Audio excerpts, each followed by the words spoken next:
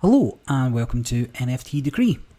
I'm Barry, and I know I said I wasn't going to do much of these, but it's been a pretty lazy Sunday, so I've come back to Theorycrafting and what I want to see for Rangers. So Rangers are of course a whole faction, unlike Ghosts, which I've just done, which are neutral cards. But Rangers aren't really in a good place, right? They've got a couple of pretty powerful cards, but that's it. They don't necessarily work well together. The synergies again there is a little lacking, and same thing, like there's no clear theme for what Rangers do. They do lean into fortification and items, so looking to develop those mechanics, but also want to lean into a little bit the theme of building a posse and having a shootout, and might have sort of secondary themes of not using spells, right? These are people that are using just their hardware. Oh, forgot I had sound on. Please hold. Whew, that's better. Right, so if we go into here, I'm just going to go through the creatures first, and I'll come back and look at the items. And we'll start at the start. So barrel, 1-2, fortify. This is fine. I think it's right where it needs to be and plays into the theme with fortify. Everything kind of ties together here. The art, the ability, the cost, all fine by me. Then Duelist is a 2-2. Now Duelist is a vanilla 2-2 and it's terrible, right? It's underpowered. There's no synergies. There's nothing that buffs Rangers or anything like that. So it needs an ability at this cost. And I think that ability should be whenever this creature is equipped, it deals 2 damage to a target creature.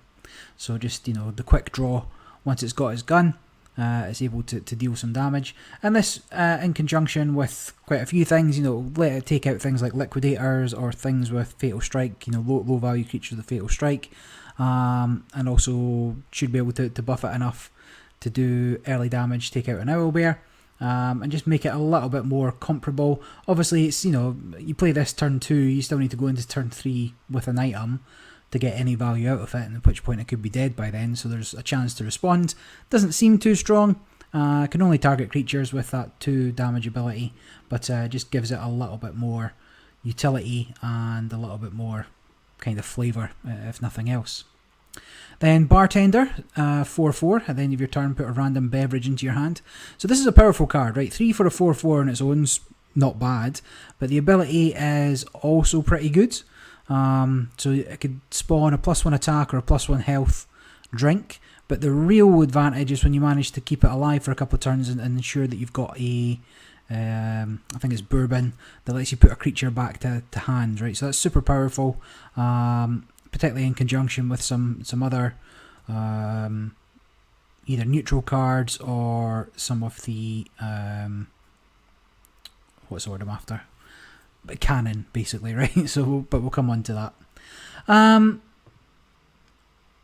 Then Undertaker, 2-3, last word, put a shovel into your hand. This is okay, and it does see play in Rangers decks, but it's a little bit underwhelming. So if we're going to make Rangers rely more heavily on items, I would change this to be whenever another friendly creature dies, add a revolver to hand. And revolver would be a new item, 2 cost, +1/+1. Right, so pretty vanilla as far as things go. It does have a cost, so shovels +1/+1, and I think it might only cost 1 at the moment, but the difference being that you generate multiple revolvers rather than just having this die to get something. If something else dies, then you get it. So this puts a little bit of a target on this. At the moment though, Rangers don't have a lot of significant mute targets, and this often ends up getting muted and you don't get the item at all. So I think that would be overall a slight buff to Undertaker, particularly with some of the other changes I'm going to recommend sort of faction wide here. And then Trapper, 2-5, has +2/+0 against beasts, which doesn't work at the moment, but doesn't matter for me because I would change this quite a lot, right? So if if Chort spawns a heart, right, I'd give Trapper a deploy ability where it created a 1/1 trap with Fortify, and that trap would have last word, root the creature, which destroyed it. So after that attack, it would become rooted, and obviously wouldn't resolve until. Actually, I'd have to think about when that would trigger, because if you root, because root wears off at the end of the turn, doesn't it? So it'd be hit on your opponent's turn. I'd have to word it so apply root at the start of your next turn to the creature that destroyed it, just to make sure that that worked properly. But effectively, once it gets trapped, it's stuck there for a turn. It's got fortify, so your opponent's forced to hit it, or otherwise deal with it. It's a 1/1. It's not a hard thing to deal with. You can also just send a chud across and lock them down for a turn.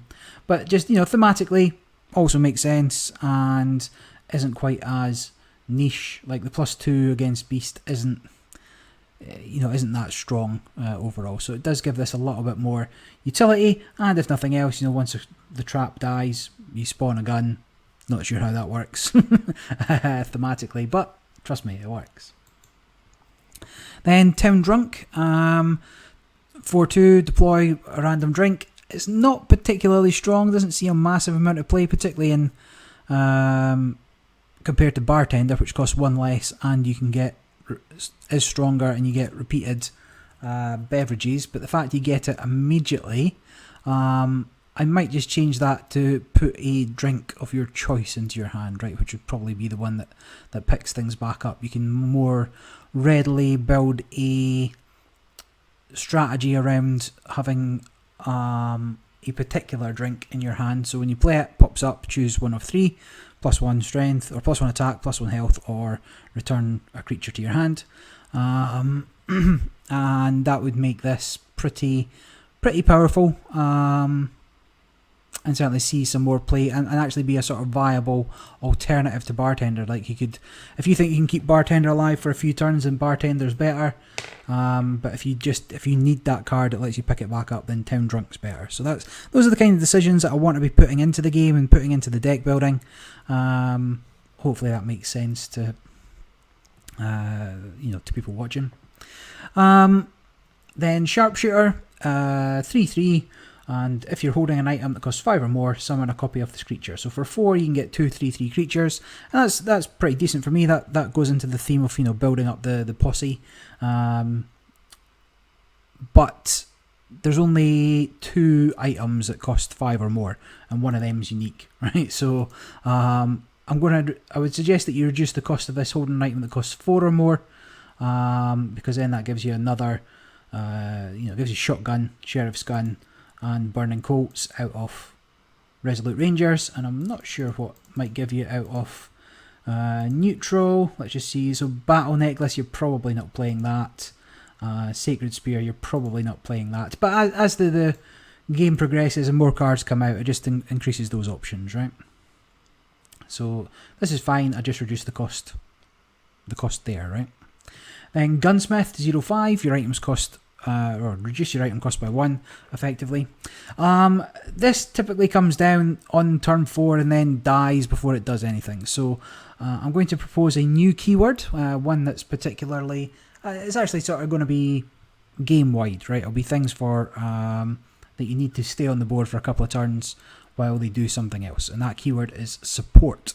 So support, really just designed to keep things that don't do anything on their own on the board for longer, and that ability would be this creature cannot be declared a target of an attack unless there are no non-support creatures that are legal targets. So it's a little bit of a mouthful, but basically you have to kill everything else until you can start attacking support characters. Now it doesn't stop you targeting them with any other abilities. It won't stop things like Hanged Lady or Spectre or Vortex targeting it. It just stops you being able to declare an attack with one of your creatures until you've cleared the board. So the Gunsmith's back in the smithy, right? Building guns. He's not on the front line, and if you can keep him alive for a couple of turns, because you've got a bunch of sort of fortify down, or just even other creatures that can keep it alive, you're going to start seeing some benefit from that, because a 0/5 isn't good on its own. That can be once it's got, say, a gun on it, right? Once that's a 4/7, that's not so bad. Maybe I should make it so support only lasts while it's unequipped as well. I need a bit of testing, right? Because if Rangers can spam out bodies and you can load up a single support creature with a ton of items, then things might be a bit unbalanced. So maybe it should be, maybe support should be, this card cannot be declared a target for an attack unless there are no non-support creatures that are legal targets while unequipped. Yeah, maybe you lose support if you get equipped. Because then you've come to the front line. So let's try that. I mean, it takes a little bit of testing. Obviously, I've got absolutely no way of testing any of this. This is all pure conjecture. This is all pure just where I feel the balance of cards could be based on experience of playing. It does require testing. If I was able to have a sort of decent gauntlet and a decent play group and able to change those abilities, then I'd love to test some of these out, but I can't, so I'm just making things up. I'm just passing some time, right? Boring Sunday, like I say. Then Zombie Train, right? 4 cost, 0/6. Play an item, deal 1 damage to the board. Same thing, right? If this comes down, like an Owl Bear can swing into this for free, like it doesn't take any damage and it kills it in a single turn. So give this the support keyword as well. And it's something, again, you can build a strategy around these two as long as you can keep them on the board, right? If you've got cheaper items and you can deal 1 damage, you can start clearing boards or clearing small boards with items. You can build a deck around that, right? It's a strategy. It's a way of you could possibly win. Then Cannon, so 5/5. Well, 5 for 5/5 and deal 5 damage to 2 random enemies. This is top tier card, right? This is potentially too good, but the only thing holding it back is that it is unique, right? So there's only 1 off. If this was 3 off, this on its own might be enough to bring Rangers into contention. Because the biggest inconsistency is finding this card if you want to build around it. Because the way this works, and I don't know if you've seen my Repeat Fire deck, if I just bring it up, like it basically revolves around getting the cannon down and then abusing it with Wolf, Granny, just repeatedly firing it for 10 damage every time you do this. I mean, on turn, let's say it was turn 11, you play a cannon, you do 5 and 5, you play a wolf, you do another 5 and 5, you play another wolf, you play another 5 and 5. It's like 30 damage in a single turn for 11. Now obviously it's not directed damage, but it can be bonkers. So what I would perhaps do is to make this a viable strategy, reduce it, right? Keep it 5 cost, make it a 4/4, and deal 4 damage to 2 random enemies. Now that's still that's still whatever that is, 24 damage or whatever on turn 11. But at that point, the game should be wrapping up round about there, right? If you can get that off, if you've pulled the right cards to do that, then that's fine. Turns 11 through, or turns 10 through 15 is kind of where the game should end. If you've got the perfect hand for cannon and 2 wolves on turn 11, then if you've done enough to that point, great, but it's not a guaranteed win still. So I think that's fine. I think 5 cost, 4/4 and 4 damage, and making it a 3 off, because you can really build a fun deck around cannon. And I'll get onto Gatling team as well, but at the moment it's just too inconsistent because it's a 1 off. But if it was a 3 off at its current strength, it would be probably too strong. Then Barricade, 0/8, fortify spell immunity. This is fine, but I would drop the price by 1 to 4 because it doesn't really do anything. I might make this ethereal. So if you remember from the Ghost video, that means it can't have items attached to it. And that just kind of makes sense, right? How can a Barricade have items attached to it? So drop the cost to remove that as an option. But also might make it immune to fatal strikes as well. Like, this is something you just want to drop down while you build up your board. It's not difficult to deal with. Like, you can just swing into it with 2-3 creatures and it's gone. You've taken no damage. It's just slowed you down for a turn, which is exactly what it should do. but doing that at 4 cost might be better than 5. Like at 5 it just doesn't feel good.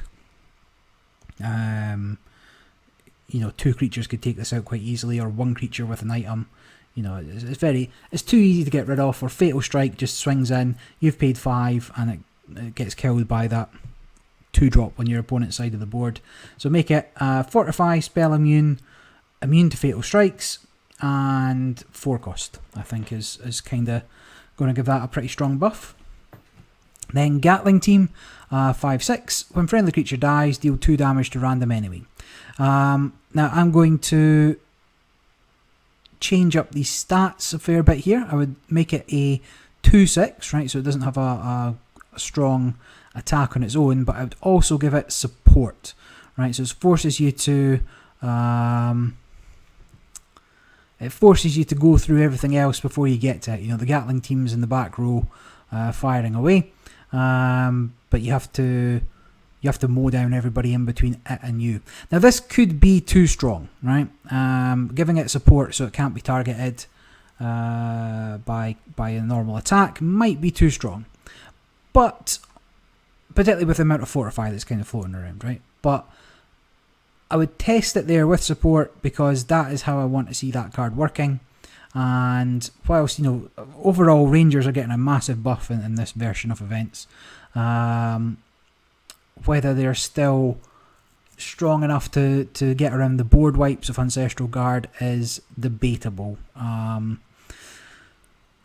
with things like Brainwash and you've still got the Spectres, and what would take that out? If that was a 2/6, then a Hanged Lady at 5 cost, was that enough to take it out? So Hanged Lady, so 1, 2, 3, yeah. So like Hanged Lady could take it out. Anything with Mute could take it out. Like there's loads of solutions, right? I don't think it's going to be too strong, but it is an additional threat in the 6 slot. But it doesn't do a lot of damage on its own. If we take that down to 2 attack, you have to build your deck around it. Then Doctor, 6 cost, 4/4, restore 2 health to all friendly creatures. This isn't good at the moment because things just die too easily, but with the amount of support we're putting in, this might see a place, so I'm not going to change that. A lot of the support creatures have 5+ health, so it could well be that they take some damage from a area of effect spell or something, and this can heal it up. So I'd leave Doctor where it is. It's a little bit weak, but it's also might shine a little better with the improvements elsewhere. Then Mayor, this is fine, right? The interaction between Fortify and support doesn't change anything. Actually, it might, I suppose. What if you've got Fortify and support? I'd have to think about how that works. In fact, I'll leave it as it is. If something gets Fortify, then it loses support. So if you wanted to play the Mayor, then you'd have to be careful about playing your support characters. So I think that's fine. It's an alternative build, right? You wouldn't have support in the Mayor.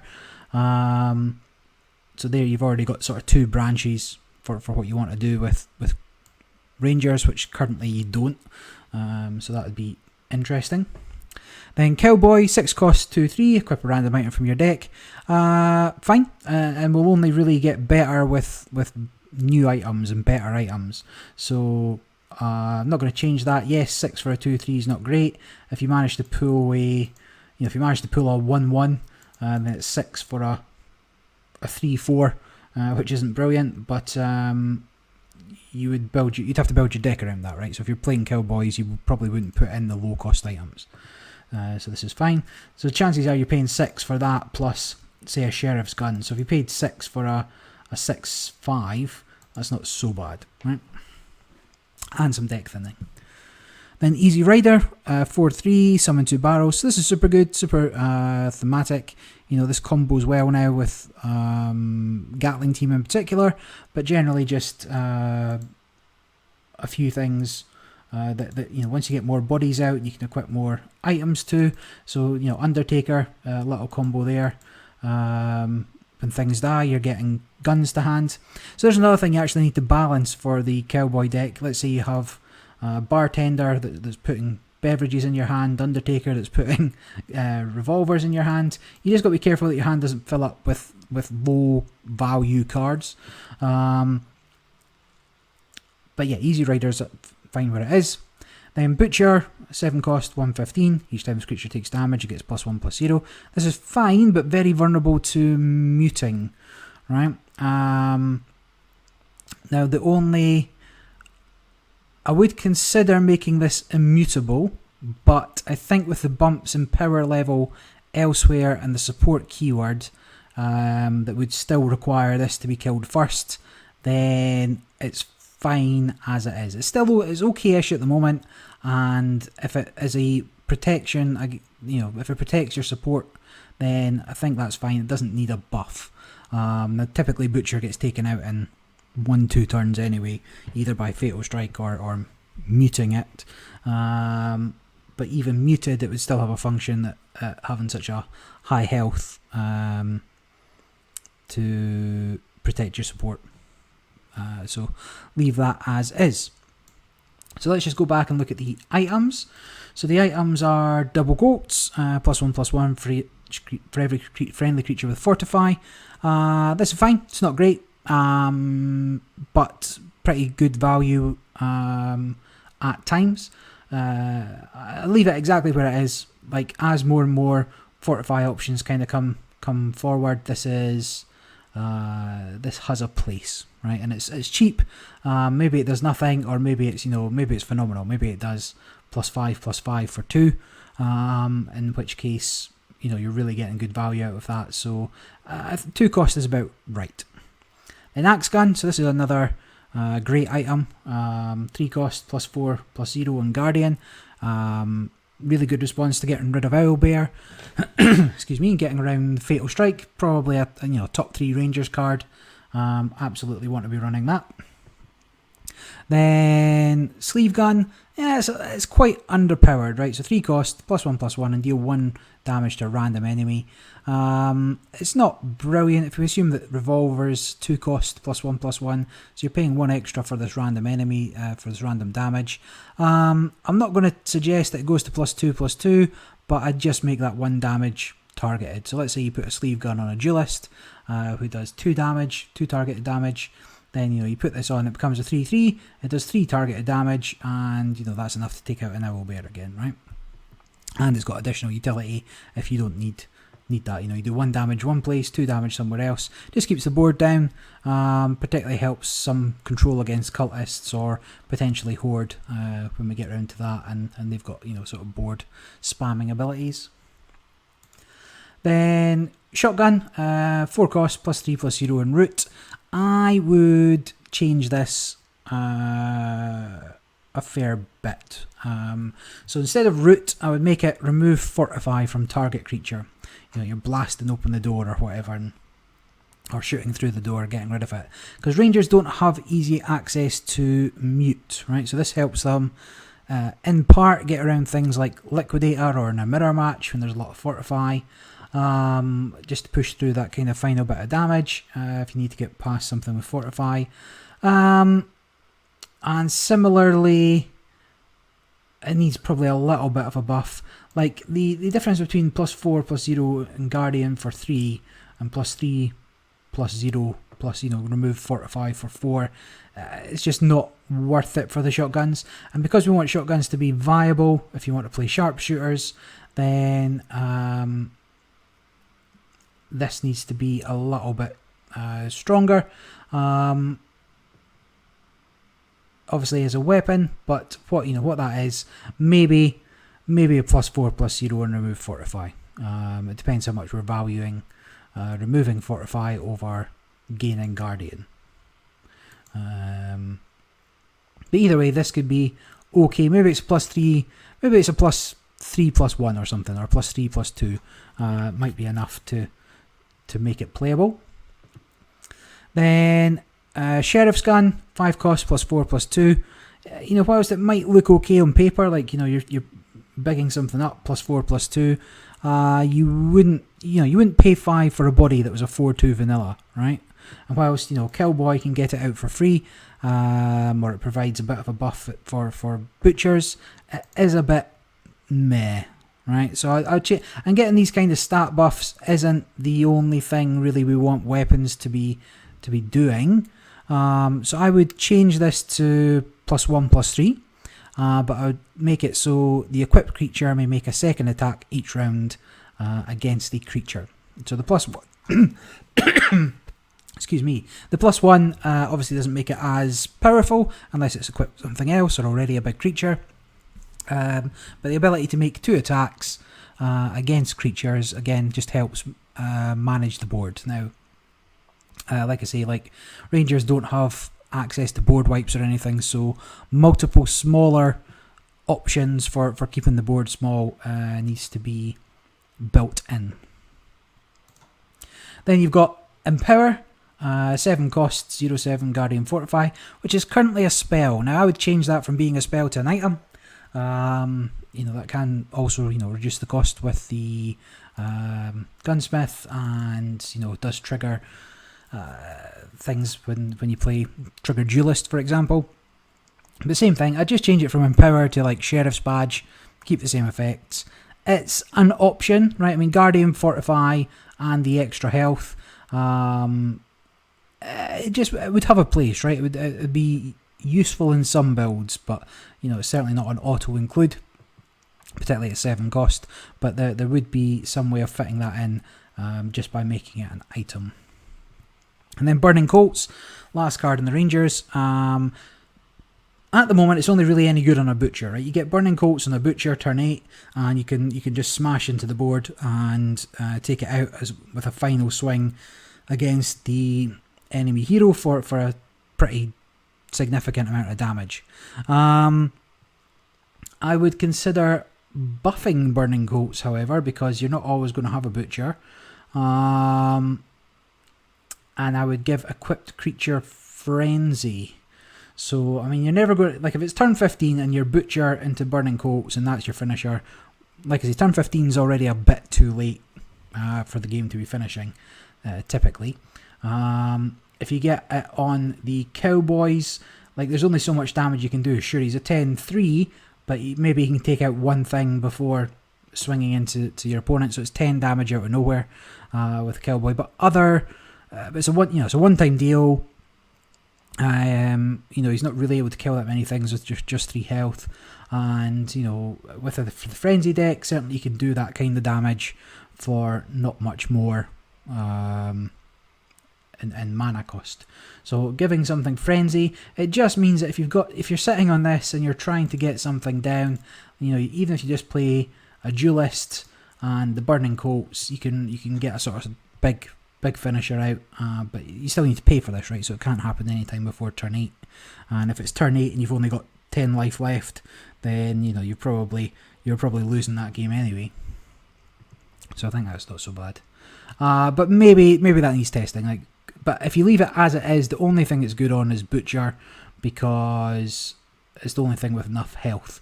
Otherwise, you need to play both Sheriff's Badge and Burning Colts on it, which is just too expensive. Looking into the neutral cards, things that sort of support these archetypes: Liquidator, of course, Fortify, Fatal Strike, Cultist, Fortify. Yes, I mean, you might include them, you probably wouldn't. I mean, you keep Barrels over Agonizing Followers, but if you had some plan for just spamming out Fortifies, then Agonizing Followers and Liquidators would certainly have a place. Same with War Shield as an item, Fortify +0/+2. There's not many things that buff your health at that low cost, and so can just really start either protecting your board or making sure you can keep things alive a little more. There's not much else that really plays into the themes in here. The items are a little bit underwhelming. Out of neutrals, and Blacksmith, which should have somewhat of a home in Rangers. Put a knife and fork into your hand, could, but only we need to make some new cards, right? So if we're going to make some new cards, that the Blacksmith would be useful for, because getting 2 1-cost items that are pretty crappy, +1 health, +1 attack, are what's the word? underwhelming at the moment, right? So even though he's a decent sized body and you get 2 items off it, there's just nothing that you would really trigger it on. So I'm going to suggest that we make a couple of new cards for cowboys, or rangers, sorry. And first one is a 3-cost rancher. So that would be like a 2/3 creature. And when this creature is equipped, it gains frenzy. So much like the ability I'm suggesting we put on Burning Colts, but it lets you play out a rancher and an item on the same turn. So that could be still not going to be anything before turn 6 at least, right? I mean, maybe turn 6 you play a rancher for 3, you play Axe Gum for 3, he can swing for 6 damage with Guardian. It's just a sort of spot removal, but you are committing a couple of cards into doing that, so that's about the right level, I would suggest. Then we've got a 4-cost Sheriff, and that will be a 3/3 creature. But when this creature is equipped, summon 1 deputy. So if you wanted to load up, let's say you could keep the Undertaker and your Sheriff on board and just send your deputies off to their death, and you could just keep equipping your Sheriff with 1/1 revolvers, and he would just keep giving them to deputies, right? So there'd be 1/1 bodies coming out. Again, it's this some sort of reaction to being equipped with an item that's missing from the Rangers faction as a whole. And then a 5-cost Bounty Hunter, 1/7. So that's in line with the folk monster here, right? In terms of cost and body size, and just when this creature is equipped, it may immediately attack target creature. So this stops it, surprise damage against your opponent, but it does help with the board wipes.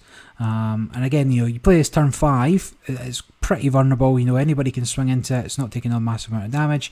But if it's later in the day, if it is turn 10 and you've got 5 revolvers in hand, for example, then you can Bounty Hunter, play a revolver, it's suddenly a 2/8, swings into something, then you play another revolver, it's a 3/9, minus whatever damage it's taken, and so on and so forth. So it's just sort of a couple of creatures that do something when they're equipped to really make the item archetype shine.